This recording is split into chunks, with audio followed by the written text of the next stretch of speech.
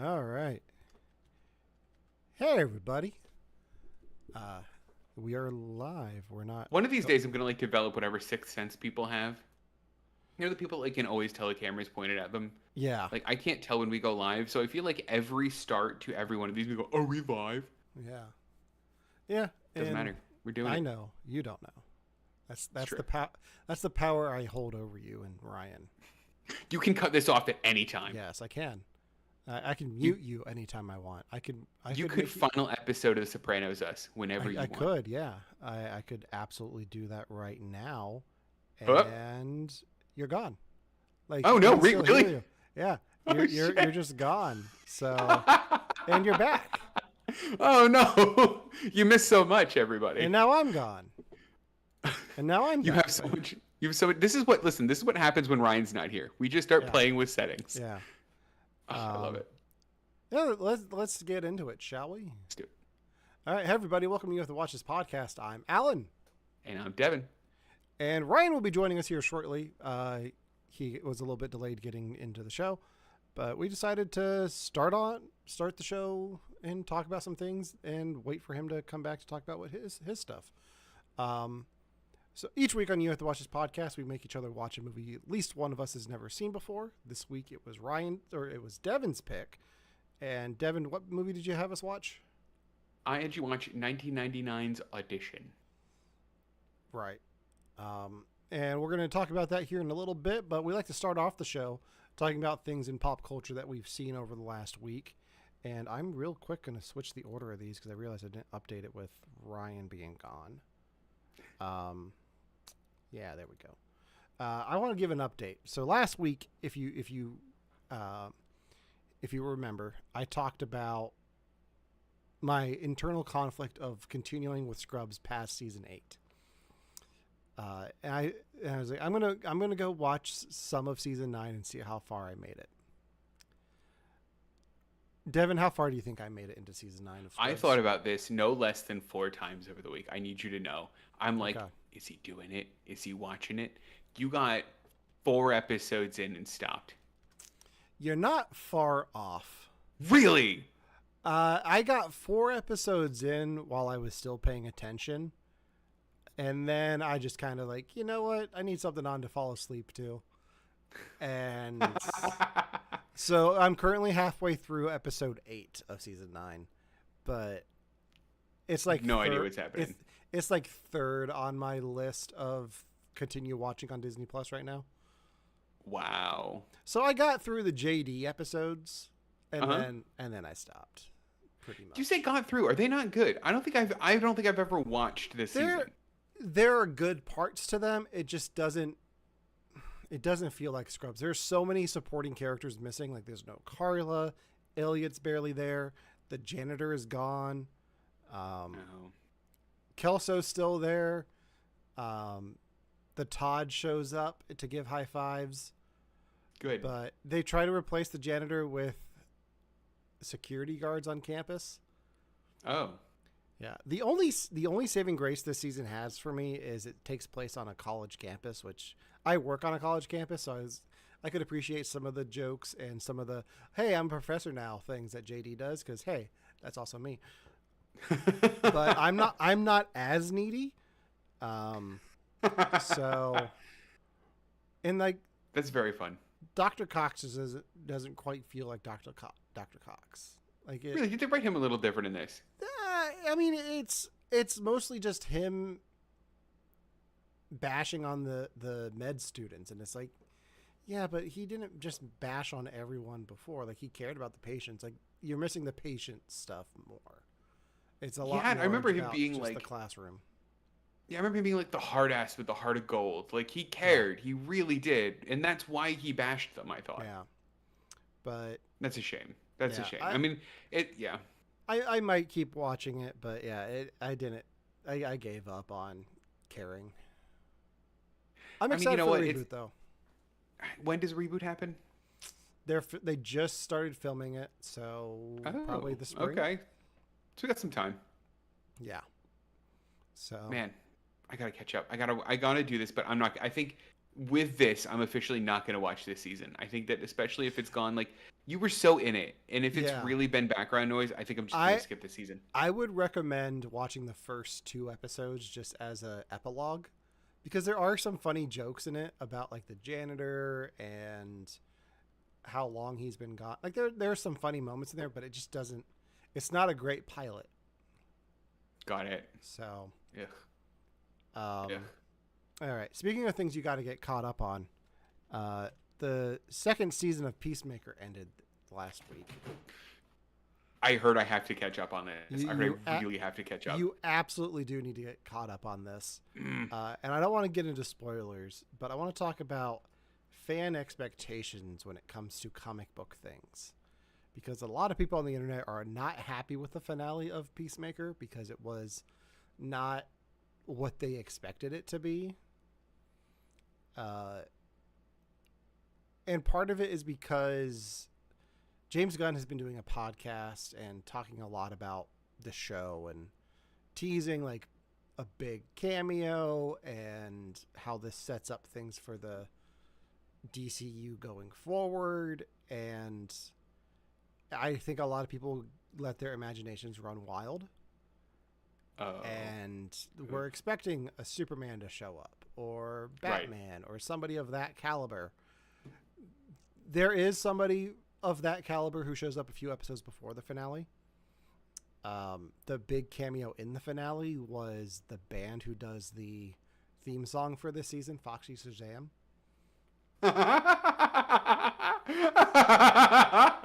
That's incredible. Yeah. But overall, I really enjoyed the season. I can see where people are like, the finale is they wrap up the season very well in the penultimate episode. So when you get into the finale, it's like, okay, what are we going to do now? And so it does take a left turn, but the left turn is the direction that the DCU is going for Man of Tomorrow and other projects. And like, it has implications for other things. And that turn was not one that I was familiar with from the comics. So I'm intrigued on where they're going and what this means, but I don't want to get into spoilers for it if you don't know. I don't, but I really have a hard time sometimes with Peacemaker because I forget that it's not just James Gunn run amok. Like I forget that like Peacemaker is like a line of comics, right? Like there is he exists outside he is a of character. This. Yeah. So what is Man of Tomorrow? Is that another Peacemaker storyline? No, Man of Tomorrow is the next entry into the Superman saga. Oh, like that's what they're gonna call it. Yeah. So the only thing they've teased with it is an image of Superman with Lex Luthor in his suit, like his mechanical suit. Oh, interesting. Okay, so like they're already planning a sequel to Superman. I actually didn't know. So like, fair play. I don't know what's going on with the DCU aside from like they did a Superman, they did a Peacemaker, and I thought they were just kind of, and they did have that like cartoon show. I thought they were just testing the water. So like, this sets up more things. Yes, it sets up more things. It set things that happen in this are addressed in Lanterns, which is the next show coming out on HBO Max. Oh, okay. Where they have Jon Stewart. Ryan Reynolds back. No, it's not. It's Kyle Chandler playing. Okay. What's his name? What's that Green Lantern's name? I'm blanking. You know what? Green Lantern name. It's Jon Stewart, Guy Gardner. Hal Jordan. Hal Jordan. Yeah, Hal Jordan and Jon Stewart are going to be in that show. Guy Gardner is going to show up too. Is it just Jon Stewart? Like, is it just going to be like Jon Stewart playing Jon Stewart? He's just wearing the Green Lantern ring behind the Daily Show desk once a week. That's all I want, man. That's what you do to get me to watch that show. Yeah. Are you excited for it? I'm intrigued to see what they do with it. It's supposed to be like a True Detective style show. Like it's them solving a mystery. What? Like That's not what I want a Green Lantern to do. Or maybe it is. I don't know. I've never been given Green Lantern solves a mystery. I've been yeah, given Ryan Reynolds as Green Lantern. yeah. Green Lantern meets green screen. Uh, Ugh. Hold on. You said there's a big cameo 2 episodes before the finale. few Are we episodes, did yes. we get a new version of a hero that we already know? Like did we No, get we didn't get like a new Wonder Woman or like a no. new It's no? somebody who has been introduced to the DCU at this point. Hawk Girl. No comment. Am I right? I'm not. I'm not gonna say. Shit, I'm probably right. No, That's really like, funny. well, no. If you go to HBO Max and like hover over Peacemaker, it plays like Yeah. the scene from the first episode of the season where it's Maxwell Lord, Hot Girl, and Guy Gardner interviewing Peacemaker to get this. Oh, funny. To let him into the Justice Gang. So they're in the first episode. Oh, okay, great. All right, fair. Yeah. Fair. So that's not very the fun. cameo. I need to watch this. Is it just as funny as the first season was? Like, did it retain that? Yes, and it Okay. gets a little bit more serious about some stuff. Okay, like in a good Yeah. way. Yeah. All right, so I gotta Ryan's watch here. this. Ryan's here. Yeah, yeah, you do. You have to watch this. I see what you did there. See? I might just like dedicate a weekend to it if I have a free weekend. Do it. It'd be a good watch for the weekend. And I gotta say the intro song I didn't like it as much as at first, but then it grew on me a lot. And then by the time I got to the finale, I'm just listening to it every day in my car. You like it better than the first one now? Oh yeah, absolutely. All right, I gotta watch it after this then. I'm so excited for this. I don't know why I'm not watching this. Like, this is one of those things that's just so obvious that I should be watching because I loved the first one so much. Like, I don't watch like seasons like this 2 times, and I watched season 1 twice. Yeah. Ugh. Yeah, you absolutely Ryan, should. we missed you. Yes. Hi, Ryan. Hello. We decided How are to you? talk about Peacemaker, which I know you haven't seen while we waited. That's fine. Ryan, you watched a thing that Devon and I do not Yes, I want did. spoiled at all. So Please, please, tell, please. just keep it vague and tell us what you thought of weapons. So I'm gonna get into specifics here. No, I'm joking. I just Oh, wanted gosh. to yell and choke for a second. So, this movie was a lot better than I thought it was going to be. I normally don't like hype because usually the more something is hype, the more I just kind of find it meh for myself. But in this case, all of the hype that I have seen is perfectly appropriate for this movie. I know that's really saying something. Like, all of the hype that I've seen surrounded weapons, like around the, it's worth it.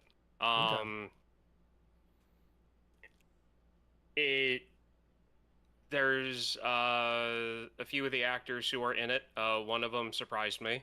2 others I were not expecting. One, I've only seen her in maybe 2 other things, and I feel like she's coming into her own. She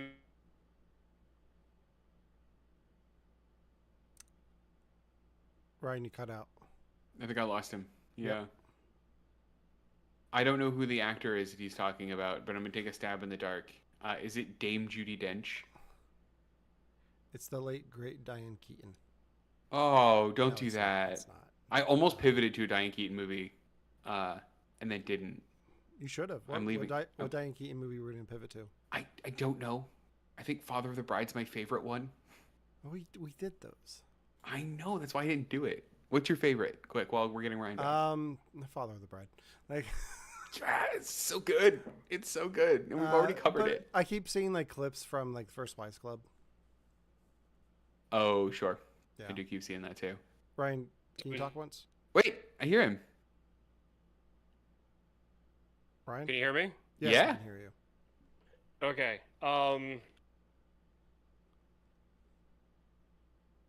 Now that I've got that figured out, I can go back to looking up what I Is wanted it to look up. Julia Gardner? Weapons.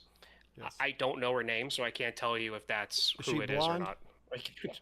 Yeah, she's blonde. Yeah. Yep. Julia Gardner. Yeah, her. So she's someone that has kind of caught my eye a little bit when it comes to the things that I've seen her in so far. Mm-hmm. Oh, she was in Ozark. Did you see Ozark? Yes, I did. Ozark's so good. Yes, it is. I did not Okay. see Ozark. But yeah, no. I'm going to. I do want you guys to see it, but as of right now, the rental price is too high Yeah. for me to like do that on here for you That's guys. so considerate of you. I yeah. appreciate that. That's why we haven't watched Superman yet. Is because I was like, I'm gonna wait for that to be on HBO Max. Oh, Alan, I would pay for Superman. I love Superman. Did you see Superman? The new one? Yeah. Of course. Okay. I haven't. Of course. Yeah. Okay. That's why you're here, Ryan. That's why we love you. I know. Because you watch these. I You know. don't watch these movies, so we can talk about them on this show. But yeah, All right. that's all I'm really gonna say about weapons. Okay. You said that. So the hype is real, though. Like the hype. I would. Yeah. I mean, as far as I'm concerned, how much I like the movie, all of the hype I've seen is at the level for how good the movie is. Okay. I don't want you to go into details with this because I can't go into details. But I feel like I've had the movie ruined for me by the trailer. I've seen a single shot of kids in a basement. Have I seen too much? No, you have not seen too much. All right, good. Because that, honestly, I saw that and I was like, oh, that's the thing. All right, they showed me the thing. Why do I have to go if I know the thing? No, you don't know the thing. Okay. Speaking of marketing spoiling thing, let's get into today's main topic, which is Devon's I'm glad you did the research too. I didn't do any research. I'm just talking about the poster. Also that. We're going to talk about Devon's pick for this week as we continue our horror month. Devon, take it away. Alan and Ryan, this week we are talking about a movie described by Quentin Tarantino as a true masterpiece, if there ever was one. Heavy metal musician and Ryan's favorite person in the world, Rob Zombie, described this movie as the most creepy and unsettling horror movie he's ever seen. That's right, ladies and gentlemen. We are talking about 1999's Audition. This is a Japanese horror movie in which a man manipulates women and bad stuff happens. Background on me in this movie. I saw this movie when I was in college. It was actually like a fun weekend. I took a college trip out to go see one of my friends who had graduated at his adult house, and he showed me this movie. And it's kind of been in the back of my mind forever as just this really creepy, really odd, really unsettling movie that I watched once. And I'll bring it up in parties when people talk about movies, about horror movies. Like, oh, did you see Audition? It's so good. And this is the first time I've rewatched it since then, and after almost 10 years of just talking about it. So, with all of that in mind, I want to know: have either of you heard of this movie before, at all? And then, yeah, just have you heard of this movie at all? Never. Never? No, never. But really, Ryan, you too, Mr. Horror Guy. Wow, that's why we keep you around. You're the horror guy. The closest thing that I knew about this movie is that or coming to see close to coming to seeing anything from this movie is evidently is playing in the background in The Departed at one point. Wow, I didn't know that. Yeah. Also, that's not how you pronounce the movie's title. Try it again. The Departed. There you go. That's what we. Sorry, I had to park the car in Harvard Yard. All right. So, what did you sucks. guys think? Ugh.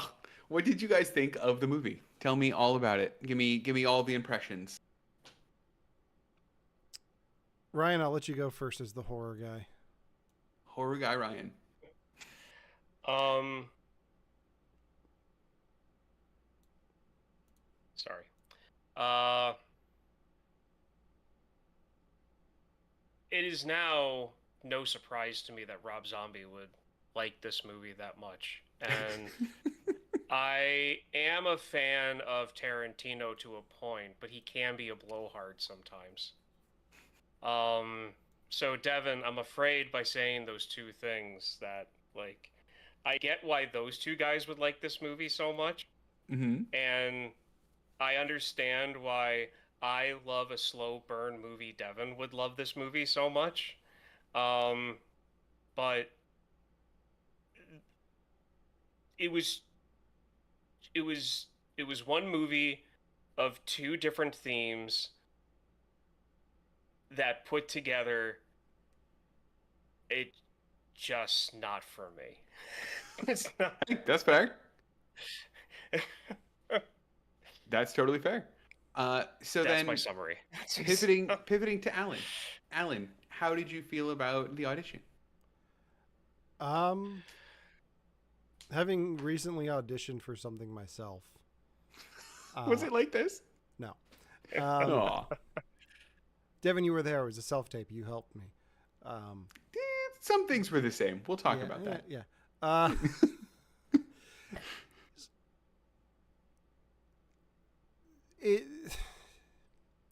If I hadn't seen the poster for this movie going into it, I would have been like, why is this a horror movie?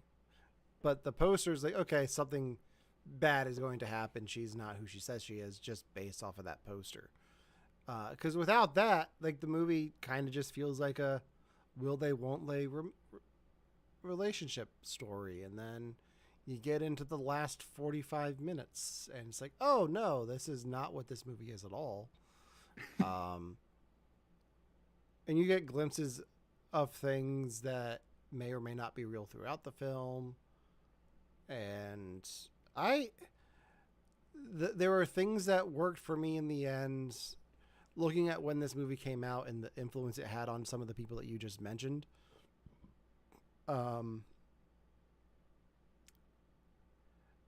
I see why people like this movie and what it started. It's not my favorite of the torture porn films that I've seen. But It was one of the first torture porns. Yeah. In fact, this informed Saw. This informed. Yeah. All of Rob Zombie's career. Yeah, I'm not a big Rob Zombie fan. I like the Saw movies just because of the puzzle. Me too. Putting all the pieces together, in the story and figuring out who's what and like how they did the whole thing. I was never a big fan of the body torture stuff, and then this movie came in, and I'm not surprised that Quentin Tarantino likes it because it does deal a lot with feet. It does, doesn't it? So yeah, I'm not surprised that he likes it, but it was okay. I would never watch this again. Also, I had an interesting experience trying to watch this on a different device because I have devices in several rooms where I'll watch movies. So I tried watching this on my one TV, like, to finish it. I was trying to watch this last night, super exhausted. Made it like halfway through.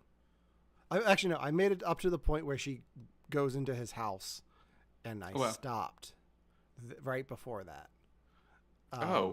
So when I went to watch the rest of it, on a different device, I couldn't get the subtitles to work.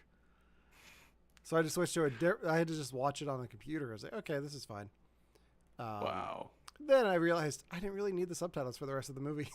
No, you didn't. Nope. But yeah. Wow. So one of the things that the movie does, and the director specifically was proud of, was the movie's slow burn. And as you had mentioned, Ryan or Alan, this movie was kind of let down by its marketing. So the director, really wanted this movie to be marketed as a fun romance movie, and wanted like a will they won't they, and wanted the movie to switch to horror at the last minute to come as a really big shock to everyone. But the marketing played up the horror. The poster plays up the horror.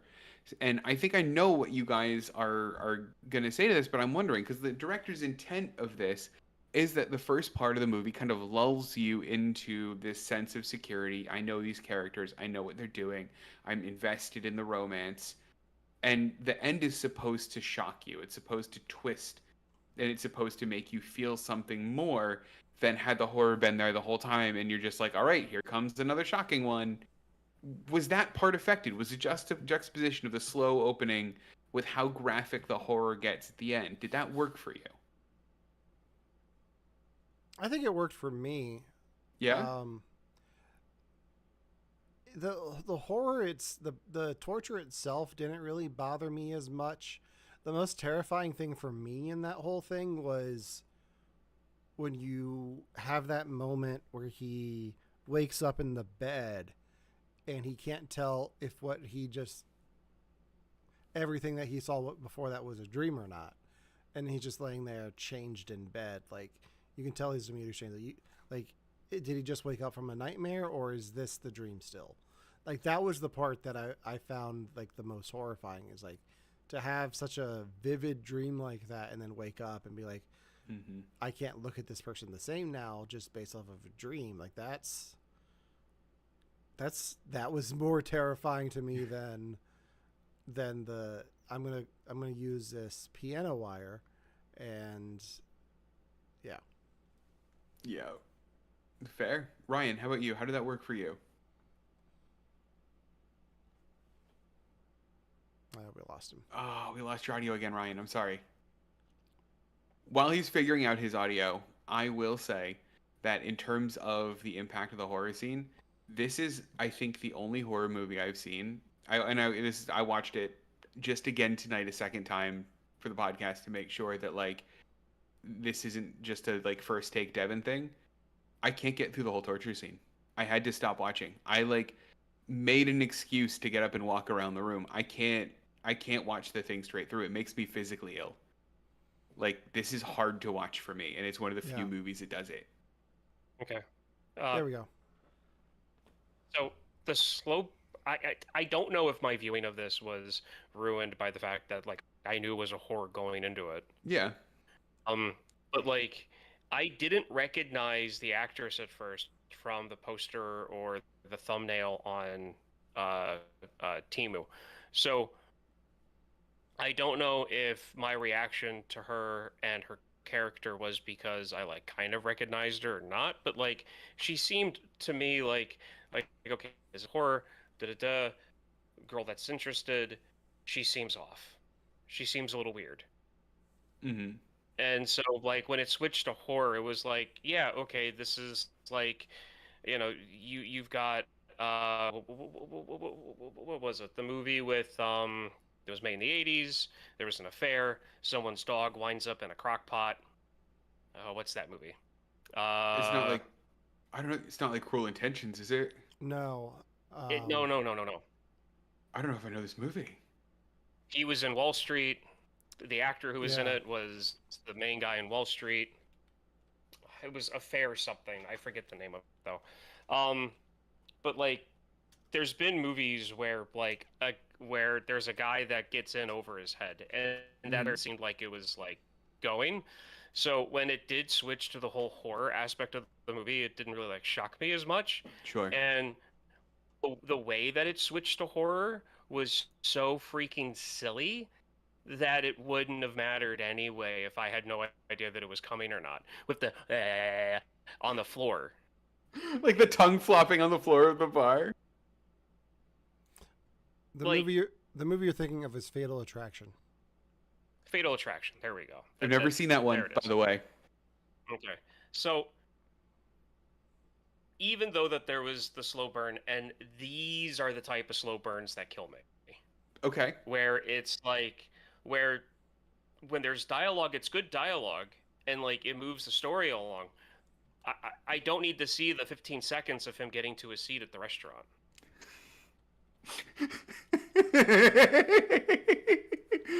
Yeah.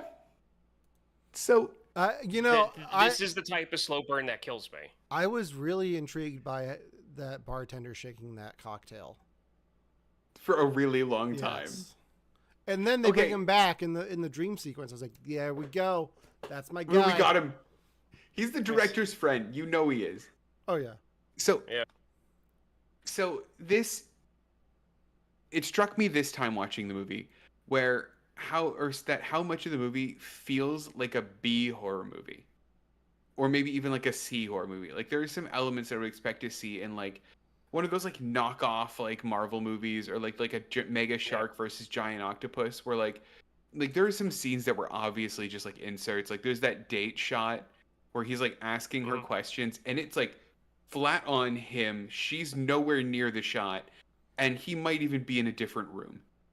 And then like for a couple of scenes, it pulls out to them, and it does that a couple of times. And I'm like, this like that aspect of the movie doesn't hold up as well as like to like a jaded adult Devon, because I'm like, I've seen better filmmaking or like really obvious bad edits just like appear in the film as well that were like kind of distracting. Did you guys notice those too? I noticed them, but I think they were intentional. You think so? The one I'm thinking of was right after he gets drugged, and it like cuts away to them on a date. Like that one makes more sense to me because from that point on, nothing is real, or like it's the start of a hallucination. Mm-hmm. Yeah. So one of the things I think is, oh, go ahead, Ryan. No, sorry. I didn't really notice any. Nothing stood out to me as bad editing in this. Okay. It kind of like at a certain point, and I know that I'm a jaded American. I really understand that to the ends of like completely. Whenever I see an older foreign-made movie, Mm-hmm. always seems like a B movie. It's okay. My favorite analogy for this is the pipeline of Doctor Who fandom, where the first time you ever watch any Doctor Who, you go, "This looks like shit. Why is this so bad looking? Why don't they just make this better?" And then you like start watching it longer, you're like, "No, this is all right." And you like never totally lose the fact that like the CGI is not quite as good, the camera is not quite as high quality as what you get in America, but like Yeah. you can, it's noticeable. I totally understand what you're saying. Yeah, and that's so. This kind of goes back to our little spat we had over. I'm really bad today, guys. I'm sorry. I can't even remember. Mary Poppins.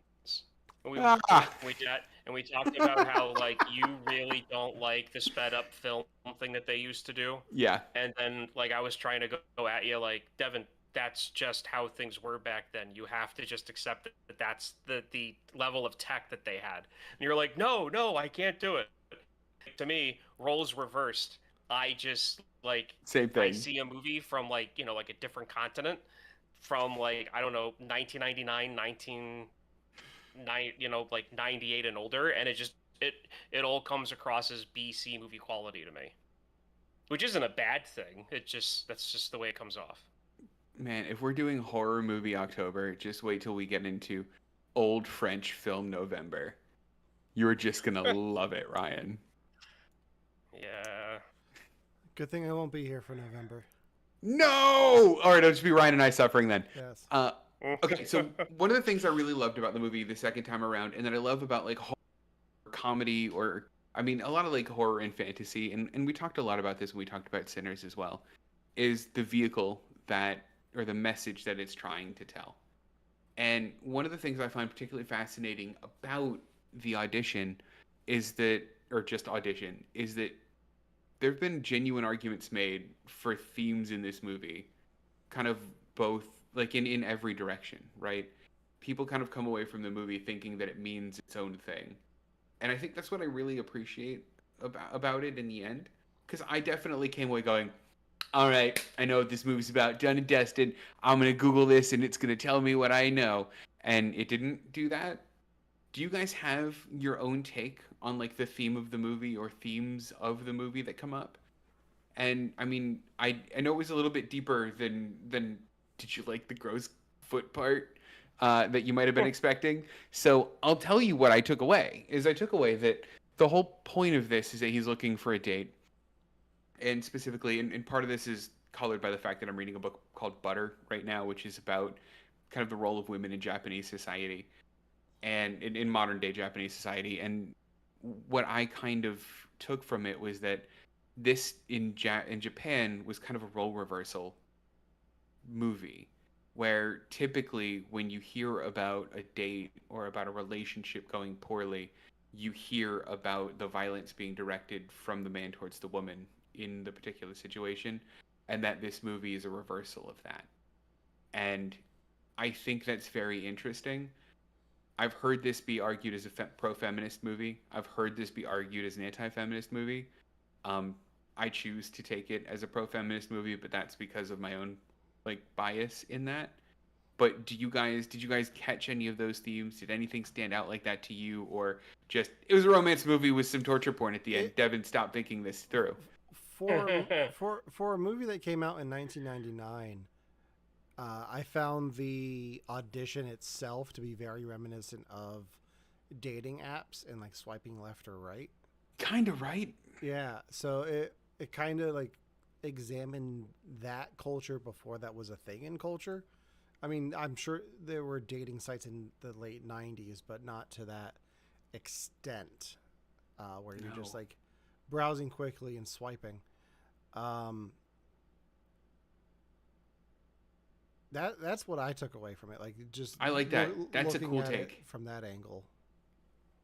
Did you have any other angles on it, Ryan, or any similar ones to ones we had?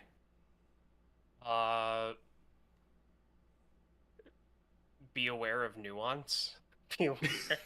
When someone tells you that when someone says to you, I want you to love me and only me, make sure to ask follow-up questions. I have a son. Do you mean him too? Does he also, what about the dog? Can I love the dog? What about the dog? Yeah, so that's honest. That and by that point in the movie, when they were actually going out on a date, and then when they're going on their vacation thing, I was already burned out by the way that the filming style was. Mm-hmm. And so when she goes into bed and she makes that statement about loving her and her conditions for loving her, knowing that it was a horror movie, that was the moment I was yep, that's the point of the movie. That's going to come back to bite him in the ass. There it is. You said it. Actually, it's going to come back and stab him in the eye. Yeah. Gosh. Speaking of that, when my audio was out, you guys were coming in and out as well. When it came to my headphones, were you guys talking about the whole torture porn aspect of it? Are you talking about the needles? Is that what particularly you're talking about? Or the I want to talk about the needles, so you should bring up the needles because we have to talk about the needles. Okay. To me, this 100% has to do with the fact that I don't know any Japanese. Mm-hmm. And I'm sure there's people who don't know English that if they were to come across our podcast, there are words that we say that sound like silly vocal, just vocalizations to them.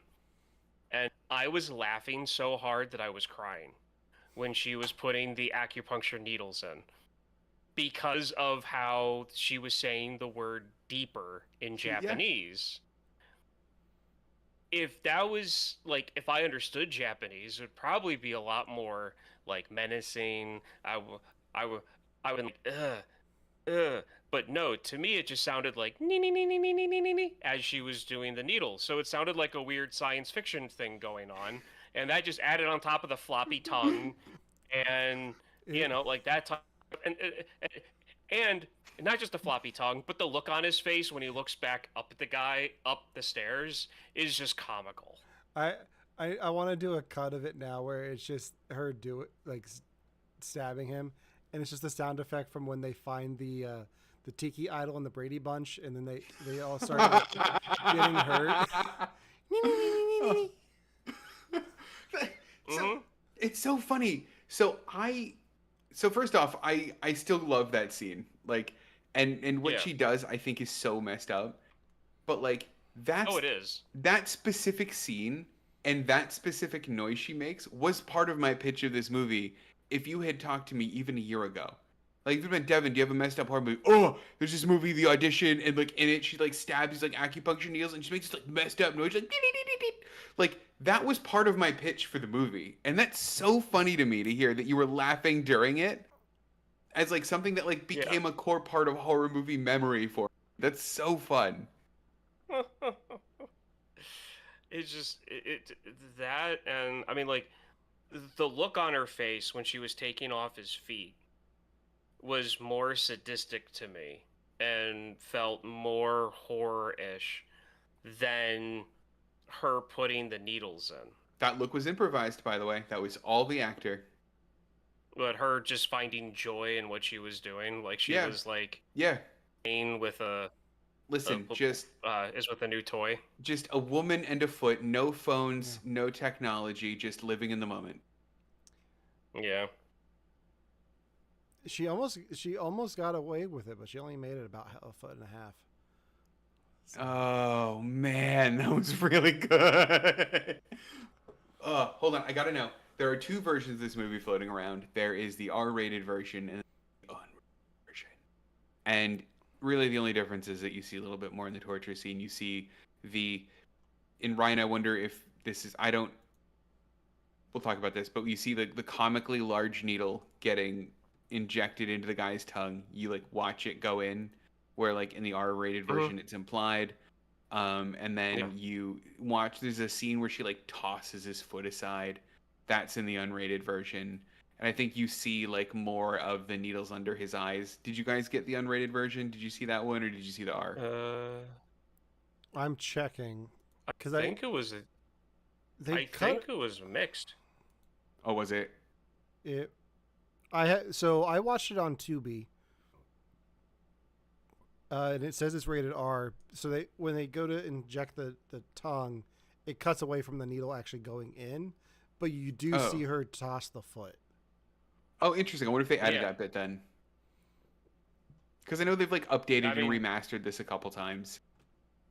I mean, they probably went and like was like, okay, well, what if we take away this but add this? Like, does that change the rating? They made it like she tosses the foot and it leaves a little blood mark on the window. I'm like, she's having fun. she's having a good day here. She's having a good time. One thing that I found, and of course, like after the tongue thing, I was just watching it for like pure entertainment's sake of just like the silliness that it was going to get into. And one of the that stood out to me. What was it? I'm sorry, but like, I'm sorry, but the tongue was wiggling on the floor by itself after it'd been severed for probably an hour or two.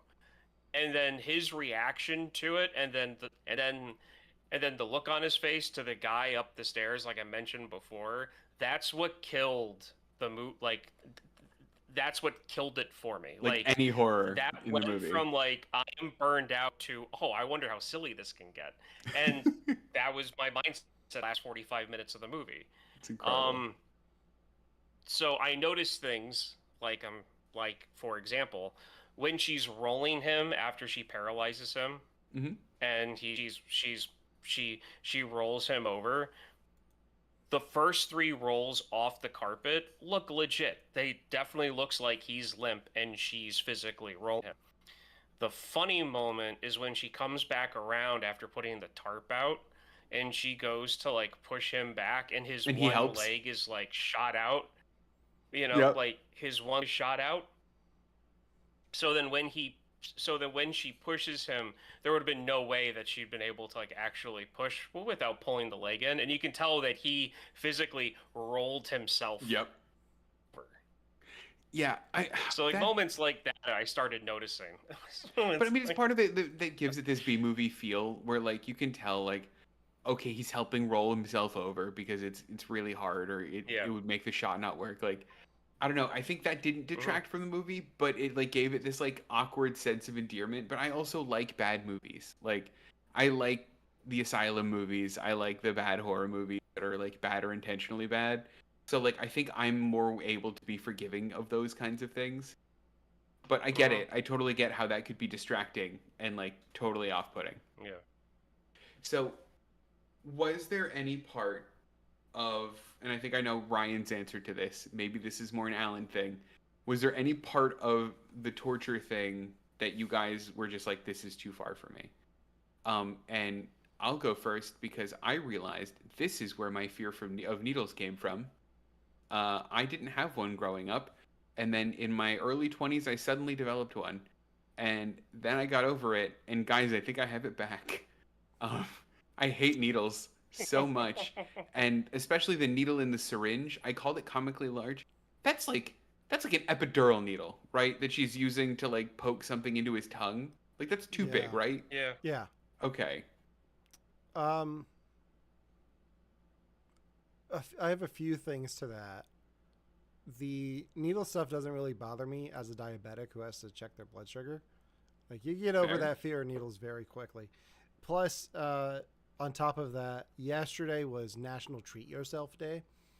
Oh. So I saw I saw a series of clips from Parks and Rec where it's Donna and Ben and Tom all at the mall getting facials with the acupuncture needles. So that kind of took away like the awfulness of this whole thing. So Devon, treat yourself and watch that to calm down. I'm gonna have to, because man, I'm still wound up about this. And then buy yourself a Batman suit. Ooh, I could do that. Ryan, was anything about the torture scene relatively disturbing for you, or was it just like at that point it was all a barrel of laughs?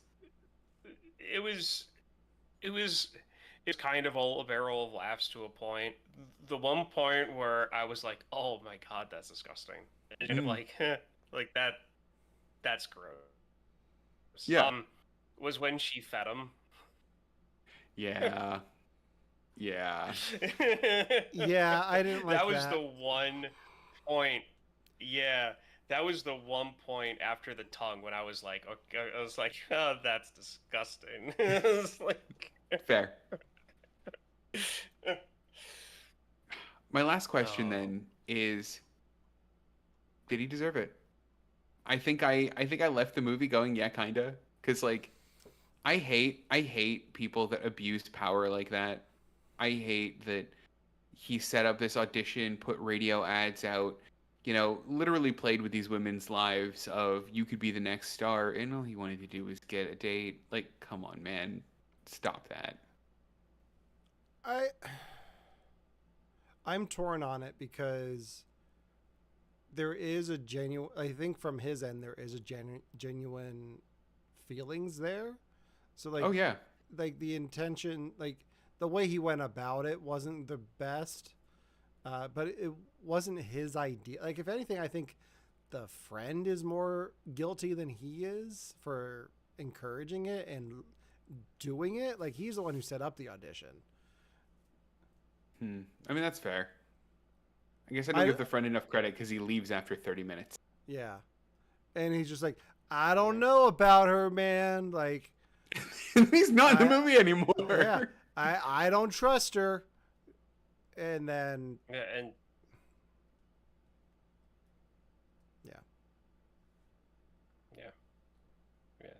It's I'm torn on it myself, and similarly to Alan, like the guy is lonely. He doesn't know how to go about dating. His buddy, who is a sleaze, was like, "Hey, we'll set up these auditions for this thing that we're actually doing. So these are real, these are real auditions. One of them's going to get a part. The one, the one who doesn't, out of 30, 29 aren't going to be picked. So from that lot, call one." And he's more of a follower than he is a leader, so of course he kind of goes along with it. His feelings are genuine. His wants and needs are genuine. It is a sleazeball way to go about it, so he doesn't get like a complete, you know, forgiven for it or excused about it.